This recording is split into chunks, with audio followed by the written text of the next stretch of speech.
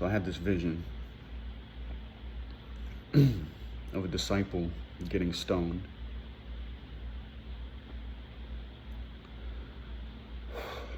It was very vivid. I'm picturing the Pharisee hitting him with stones, over the flesh just ripping off of his face, his teeth shattering, eyeball exploding. And I'm picturing this Pharisee just in all his self-righteousness, really, really believing that this man deserves it, believing he was doing the will of God. And it made me so angry. It made me so angry. I'm like, how could you do that? How could you do that and pretend that it's in the name of God?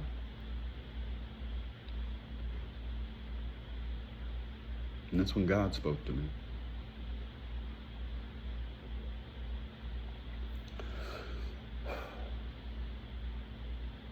See, what sets Jesus and the disciples apart from most is that as he was up there on the cross, getting tortured,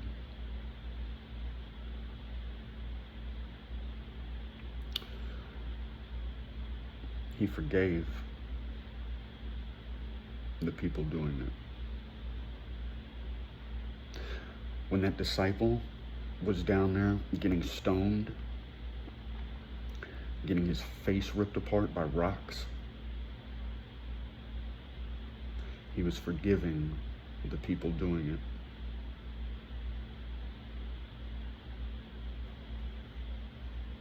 Now, it made me look at my own hatred and anger for what I saw. And I realized, because one of the thoughts that popped in my head was this disciple is a little piece of God that God sent down here to share himself with people, right?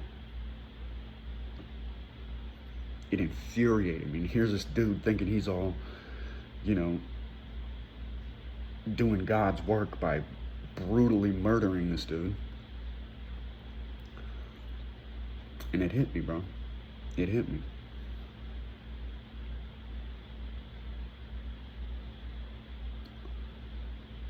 Judge not, lest thou be judged. Because what I'm doing is, as sickening as what this man is doing to this other man is, they are deeds. He's doing deeds. So the second I put myself in the position to sit on my little throne of righteousness and judge him, is the second I'm going against everything my Bible teaches me.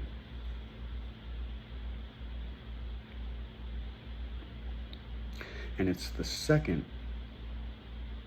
I'm opening up that judgment towards myself, because the second I start judging him on his deeds,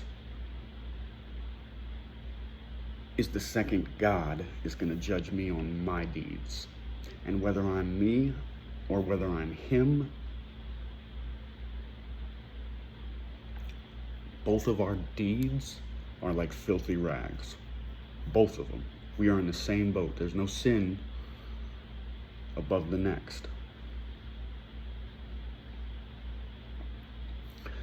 And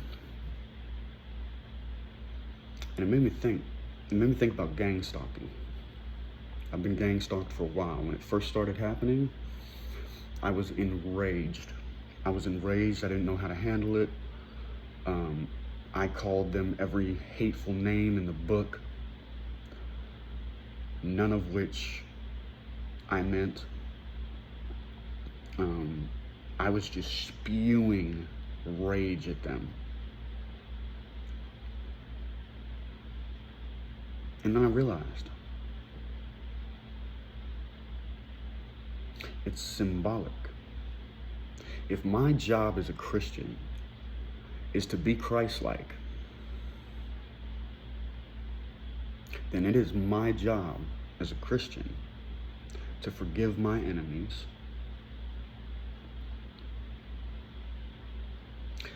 to not think that I am God himself and have the right to judge them. Because God loves me for one reason, and that's grace. God doesn't love me because I'm a good person, I'm a beautiful person. God loves me, can see me, and can hear me because of his grace that he gave me. Now he sees that same person throwing the stones, gang stalking, through the same grace that he sees me. So if you are being gang stalked, God loves you so much. You have ascended to a certain point, and now is the part. Because when you're being gang stalked, it feels like you're being stoned every single time you leave the house. Every single time you're being mocked, you're being stoned, you're being persecuted. Every single time you leave the house.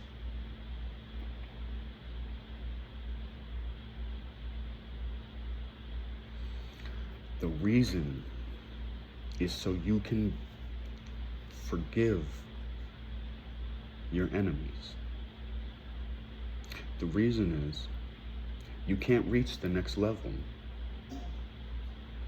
until you do, until you sincerely see that person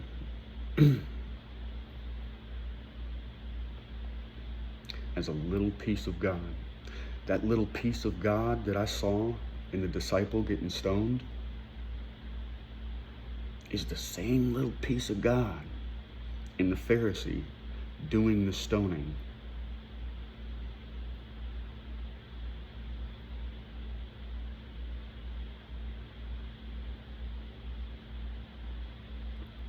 If you notice, Jesus was tortured, thrown up on a cross.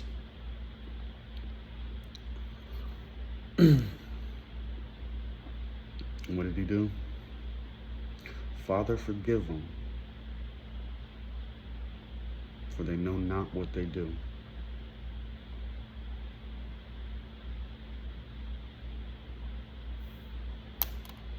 You can't. Shortly after that, he said, "It is done." And he ascended.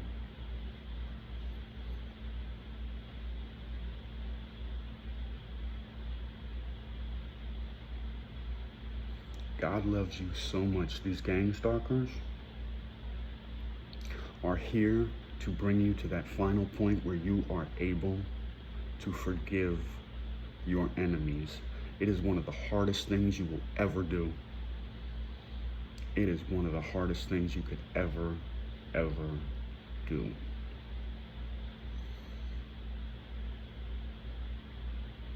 But you can't serve two masters.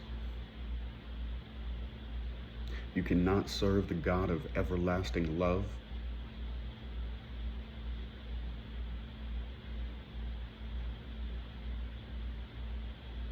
and give life to hatred towards another person.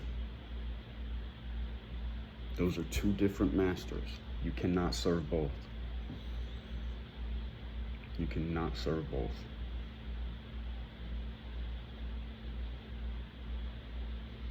If you are being gang stalked, you are being stoned every time you leave. And the second you have the ability to sincerely forgive them and sincerely see them as very confused little pieces of God, is the second you'll make it to the next level, man. So I embrace it. I know you've heard of embracing your cross. I embrace it. Because the more I forgive,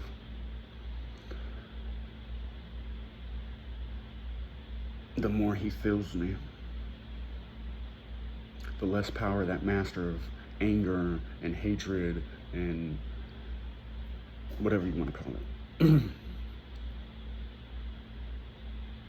Now, God made us a promise. The fallen angels that run this earth will leave. We will be placed in their seats of power. But only when we are worthy. Only when we are worthy. If you can't forgive your enemy, what does that mean? War. If your enemy does something that's a terrible act, he's forgiven for it. But if your enemy does something,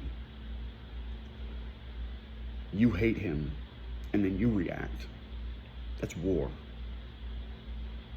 We are not worthy yet to hold the seats of power that the fallen hold.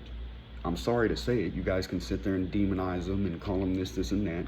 We are not worthy to hold the seats of power that they hold.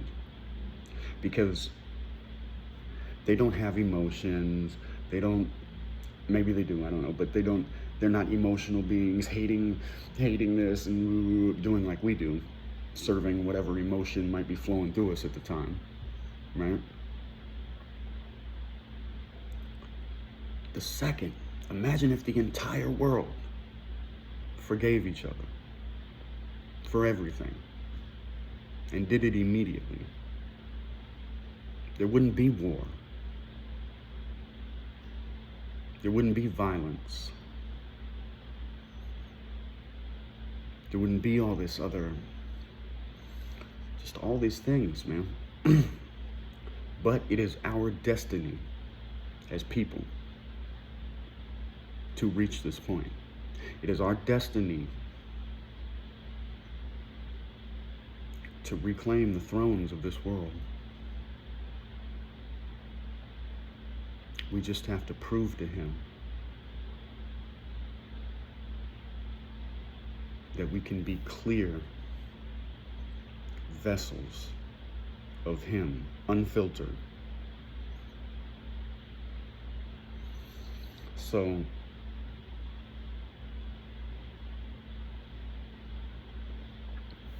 take a real deep look at whatever it is you hate. Whatever that thing is just a symbol. It's a symbol that sparks the hatred that wants to flow through you, because hatred is an entity in itself. And it doesn't have a body. It needs ours to be expressed.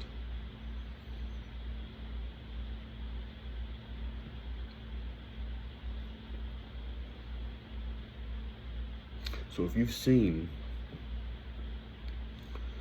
anything of me spewing absolute hatred, in my hatred, angry, spewing, wishing death on people, this, that, it could very easily make you hate me. And I'm here to tell you, yes, when I was being gang stalked, you could look at me and see the hell that I was in.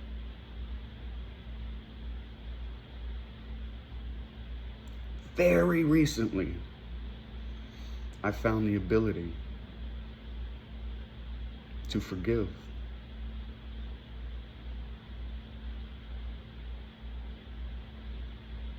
So if you've looked at me and I spark any type of hatred in you, I am a symbol that lets that hatred flow through you. I, by no means, need your forgiveness. Your forgiveness doesn't do anything for me. But I would suggest that you forgive me You forgive everybody who you've ever felt wronged. You forgive every symbol that pops up in front of you that triggers that hatred. And you look deep at the hatred and realize it's not even a part of you. It's not there all the time. It comes when it wants. It comes when it's triggered. It comes, but it is not you. That is something your antenna is picking up on, and it's shooting through you just like a song.